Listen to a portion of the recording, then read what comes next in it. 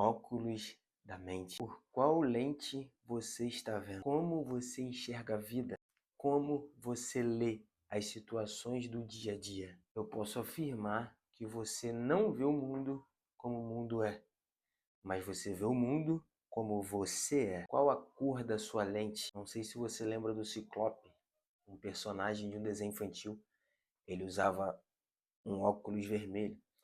E quando a televisão mostrava a visão dele, tudo que ele via era vermelho. E assim somos nós. Nós enxergamos a vida a partir das nossas experiências, sejam elas negativas ou sejam elas positivas. Ao entrar em um local público, por exemplo, um policial veria um possível suspeito, um ladrão olharia possíveis vítimas, uma pessoa escassa olharia o preço dos pratos. Uma pessoa solteira olharia possíveis pretendentes. Uma pessoa que faz distinção racial, ela olharia e diria: aqui só tem brancos.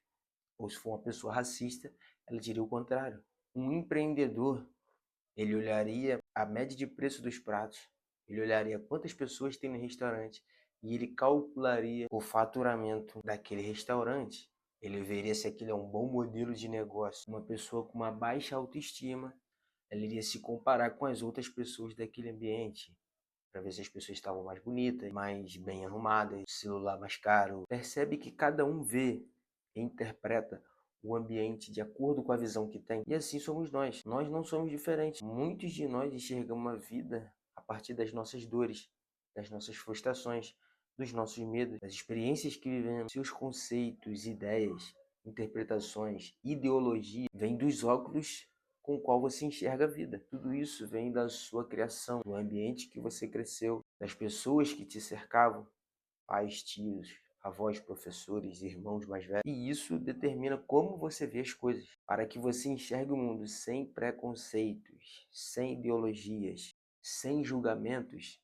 Você precisa limpar os seus óculos e até mesmo tentar ver o mundo a partir da visão de outras pessoas, porque aí você pode entender por que aquela pessoa pensa do jeito que ela pensa, por que ela age do jeito que ela age, por que ela se comporta do jeito que se comporta.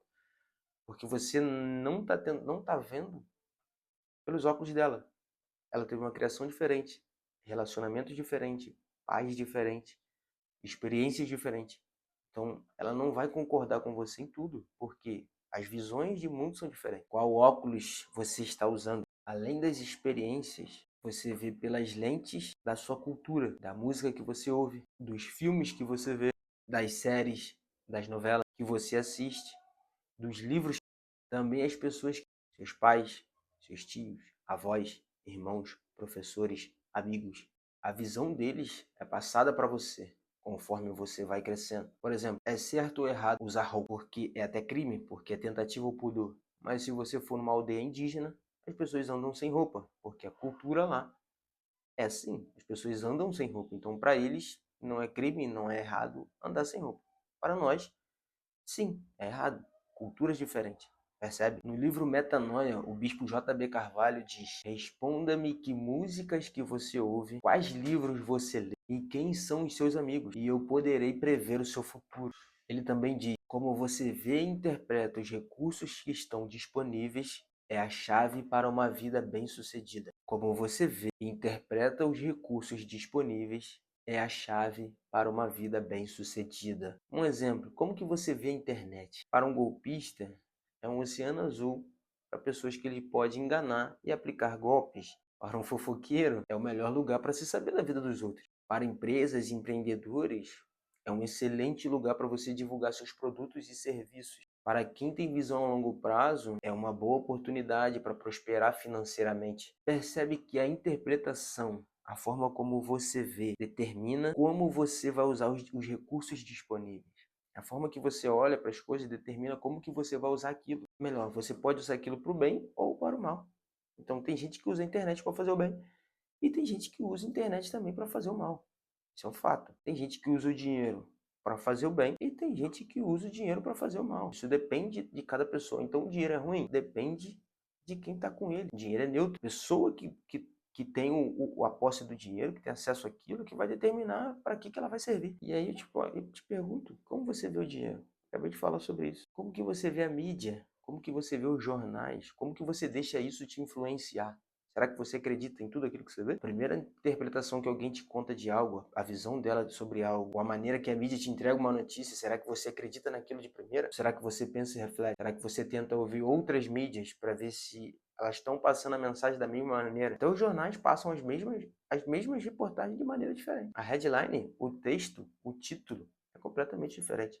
E a pergunta mais importante que eu quero fazer, e a principal é: como você se vê? Quem é você para você? Qual a sua visão sobre si? Um livro muito antigo chamado Êxodo, que até está na Bíblia, ele narra a história de um povo, o povo de Israel, antes deles entrarem na terra de Canaã, que era uma terra que eles receberam como promessa. No texto lá diz que Deus prometeu a terra para eles, e eles estavam diante dessa terra, que essa terra era habitada e eles precisariam conquistar aquela geografia. O livro narra que antes deles entrarem na terra de Canaã, o líder, o nome dele era Moisés, ele envia 12 espias, ou seja, ele envia 12 homens para espiar a terra antes deles invadirem, para fazerem relatório e dizer como que era a terra, como que era o povo que habitava lá, como que eram as cidades, se o povo era poderoso, se era uma terra fértil, se tinha bastante fruto, bastante plantação, se era uma terra boa para criar gado. E o resultado foi que 10 espias tiveram uma visão, uma interpretação.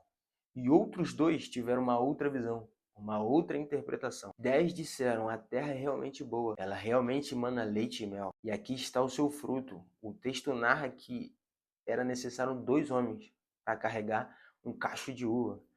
Então você imagina que tipo de terra era essa, ainda mais para os povos antigos, que o povo vivia de gado e plantação. Então uma terra que dá um fruto gigantesco é uma excelente terra, uma excelente oportunidade para você morar, criar os seus filhos, viver naquela geografia, porque eles estavam num deserto, eles estavam num período de transição.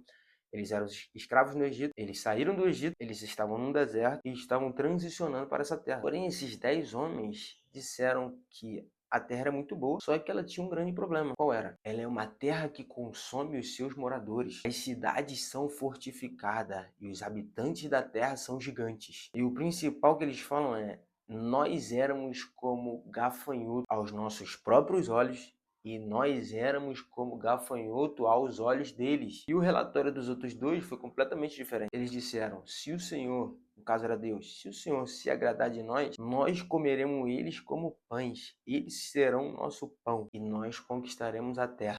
O primeiro ponto: 12 pessoas estavam na mesma geografia, porém a visão era diferente. O texto não diz que os espiões conversaram com os habitantes daquela terra para eles dizerem: nós éramos como gafanhoto para eles. Eles não conversaram com os habitantes da Terra, eles eram espiões. Então, como que eu sei a opinião de alguém se eu não conversei com essa pessoa? Isso acontece porque eu me vejo de uma forma e eu acho que as pessoas também me veem como eu me vejo. Isso é uma ilusão da nossa cabeça. E ao chegarem diante do líder, eles passaram o seu relatório. A maioria, né, os 10, disseram que a Terra ia ser uma guerra muito intensa, eles não conseguiriam conquistá-la.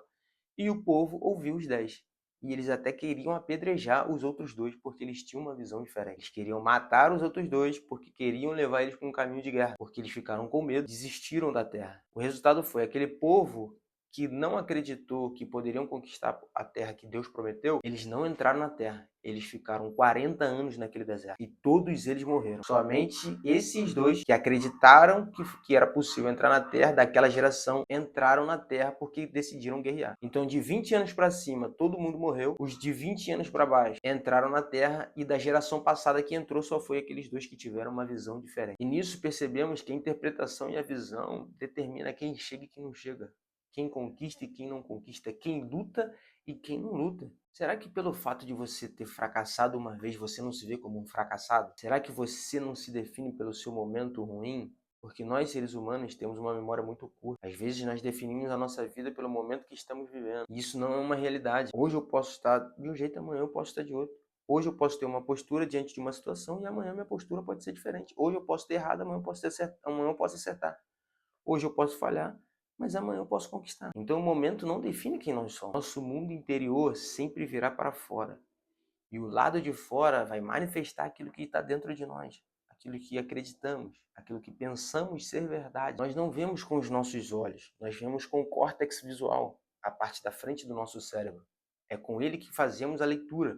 E nele está armazenado toda a nossa memória, toda a nossa história de vida, tudo que vimos, ouvimos, sentimos, participamos, fomos afetados, fomos atacados. Tudo isso age como um filtro na nossa leitura, na nossa visão de mundo. A vida, as situações, elas são uma questão de ponto de vista, é uma questão de perspectiva, é uma questão de visão, da forma com que você vê. O que acontece dentro da sua mente é mais importante do que está acontecendo lá de fora. A sua leitura e a sua interpretação do que está acontecendo é o que realmente interessa. É o que está acontecendo ao seu redor. É aquilo que de fato você está lendo, que você está aprendendo. As coisas acontecem ao seu redor, você pode aprender com aquilo. Você pode muito bem aprender com aquilo e criar soluções para sair daquele problema, daquela situação, daquela dificuldade. É por isso que vemos irmãos criados na mesma casa, com o mesmo pai, com a mesma mãe, mas com futuro distinto.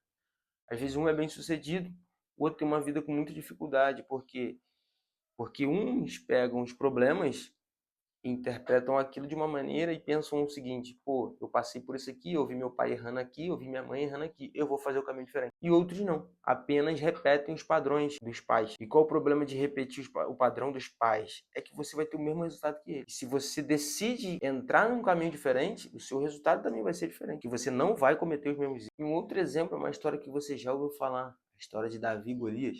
Quem nunca ouviu falar da história do menino que matou um gigante? Oi, pai.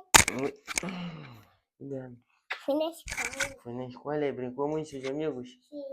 Golias era um gigante com experiência em batalha. Davi era apenas um menino. Golias passou 40 dias afrontando e chamando os homens de Israel para a guerra. Porém, nenhum desses homens tiveram coragem de enfrentar o gigante. Até que um menino chega na guerra para levar suprimentos para seus irmãos. Nem idade para servir na guerra ele tinha. Davi viu Golias e acreditava que ele era um incircunciso. Incircunciso é um homem, na visão dos judeus, eram homens que não têm aliança com Deus. E por isso, Davi acreditava que podia vencer e que o gigante iria perder. A história você conhece. Davi pega uma pedra, coloca numa funda, joga, acerta a testa do gigante. O gigante cai. Ele pega a espada do gigante e arranca a cabeça do gigante. Pergunta que não quer calar é: por que Davi teve uma postura e uma atitude diferente dos outros homens de guerra de Israel? Por que Davi teve coragem de enfrentar o gigante e os homens de Israel, que eram peritos em batalhas, não tinham coragem de enfrentar o gigante? É uma boa pergunta para a gente refletir. Davi acreditava que o gigante era um incircunciso e por isso não tinha aliança com Deus. E Davi, como judeu, tinha a lei deles lá, que eles cortavam o prepúcio e por isso eles tinham aliança com Deus. Então essa era a visão de Davi. Eu sou alguém que Deus está do meu lado e o gigante não tem ninguém por ele. Davi tinha uma visão diferente dos outros homens. Davi enxergava de maneira diferente, porque acreditava diferente. Nossas interpretações e leituras que fazemos da vida estão condicionadas às nossas crenças, aquilo que acreditamos ser verdade. E a forma que acreditamos determina como agimos. Esse foi mais um vídeo. Se você gostou, se fez sentido para você, se falou contigo de alguma forma, se eu consegui te ajudar, deixa um like aqui. Se quiser deixar um comentário, um feedback. Valeu, abraço.